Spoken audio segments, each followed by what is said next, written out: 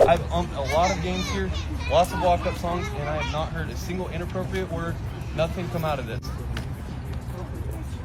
Okay, Coach, you're either going back to the dugout or your team's forfeiting. That's your choice.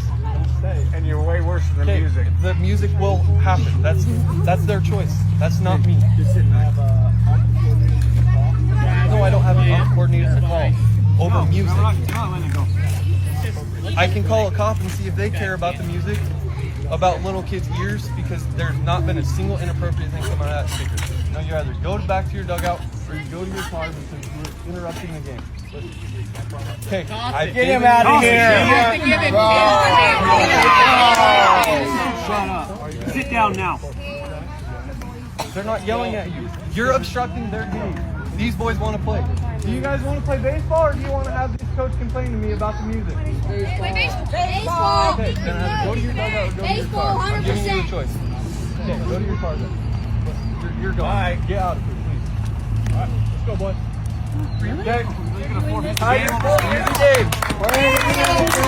This is, to put it mildly, absurd.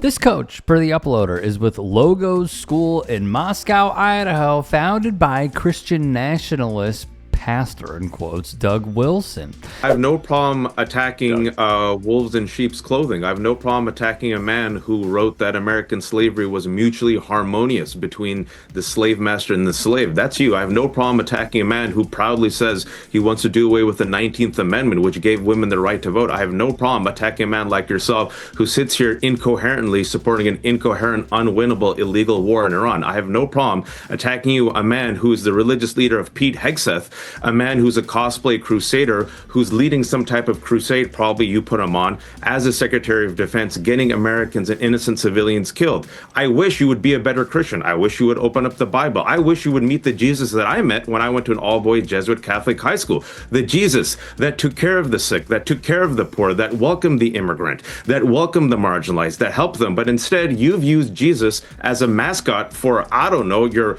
white Christian supremacy, your cruelty, your misogyny. And I'm so glad that people are finally waking up to your cruelty and to the idiocy of your star disciple, Pete Hegseth, who keeps messing up and literally does not read the Bible and quotes Pulp Fiction. Just sit with them. Maybe both of you could read the Constitution, read the Bible, and just take a break, Pastor. First things first, on that Pulp Fiction line. Secretary Hegseth recited a version of Ezekiel 25:17 that actually comes from Jules Winfield, played by Samuel L. Jackson, with Hegseth even claiming it was used in a real combat rescue mission. The line is a stylized rewrite and not a real verse from the Bible. They call it Caesar 25:17, which I think is meant to reflect Ezekiel 25:17. The path of the downed aviator is beset on all sides by the iniquities of the selfish and the tyranny of evil men. Blessed is he who, in the name of camaraderie and duty, shepherd the lost through the valley of darkness, for he is truly his brother's keeper and the finder of lost children. And I will strike down upon thee with great vengeance and furious anger those who attempt to capture and destroy my brother. And you will know my call sign is Sandy 1 when I lay my vengeance upon thee. And amen. So, Joe, just in terms of delivery, advantage Jackson there, I think pretty clearly. Yeah. It is indeed true that this went down. The first few lines of the prayer were written by Quentin Tarantino and Roger Avery in the film Pulp Fiction, wrote 9news.com.au. For Wilson, he is, and I mean this in every way of the word, very dangerous. Super dangerous. You should take a good look at this photo because it's important. It shows one of the ways in which Christian nationalism is creeping into our federal government. Just a few of the things that Wilson believes. He is extremely against LGBTQ people, and of course he believes that the 19th Amendment, which gave women the right to vote, should never have happened. He talks about the, and I quote, erotic necessity of submissive women. He spoke kind of fondly of slavery, although he has since kind of walked that back. And those things are just the tip of the iceberg. He's also the patriarch of a group of extremely online, mostly millennial guys who I like to call the Theo Bros. These are folks who are Christian nationalists as well, and they hold an assortment of other extreme viewpoints. Pete Hegseth has pretty strong connections to Doug Wilson. Hegseth has said in interviews with the press that Wilson has been a big influence on him. Now we're standing on the shoulders of a generation later. The Doug Wilsons and the others. And he actually, in Tennessee, attended a church in the denomination that Wilson founded. He has also been going to Doug Wilson's newest church in that denomination, which is in Washington, D.C. He hates women seemingly having any rights at all. Women are the kind of people that people come out of. So you just think they're meant to have babies? That's well, it? They're just a vessel? No, it doesn't take any talent to simply reproduce biologically. The wife and mother, who is the chief executive of the home, is entrusted with 3 or 4 or 5 eternal souls. I'm here as a working journalist and I'm a mom of 3. Good for you. Is that an issue No. for you? And no, it's not automatically an issue. Christchurch senior pastor Doug Wilson is the leader of a Christian nationalist movement that believes in a patriarchal society where men are dominant and women are expected to submit to their husbands.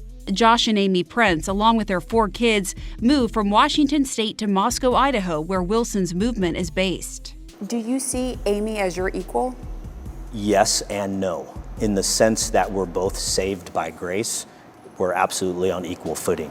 But we have very different purposes, God-given. But do you see yourself as the head of the household, as the man? He is the head of our household. Yes, and I do submit to him. In my ideal society, we would vote as households.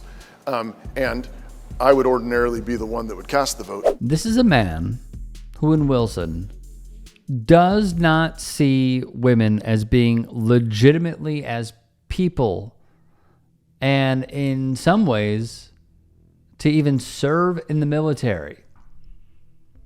That is how far he is going. And not just that, even in his own backyard, at his own church.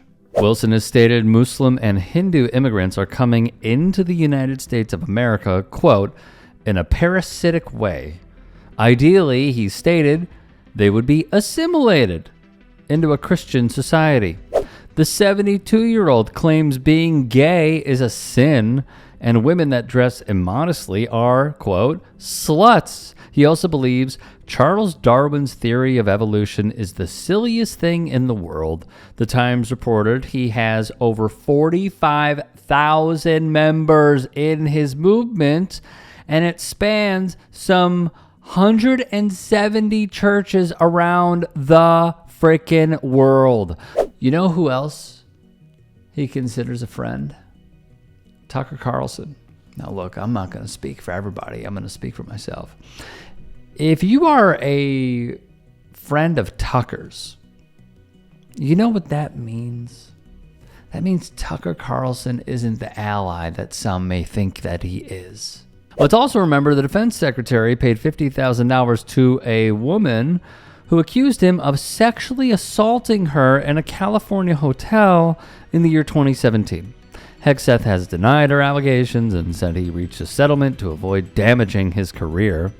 Although at Fox News, you can't really ruin it that way. He has also denied having a drinking problem, although he admitted he self-medicated with alcohol after returning from Iraq, where he served as an infantry officer. Hey, I appreciate you watching. Now, if you can, please do become a channel member by going to youtube.com/TYTsports and clicking the join button. If that's too much for you, you can just go to tyt.com/join to become a member. It helps all of us out here at the Young Turks and keeps our network afloat. In addition, you could follow me on my socials on Twitter, Instagram, and TikTok. Appreciate the love. Have a great day.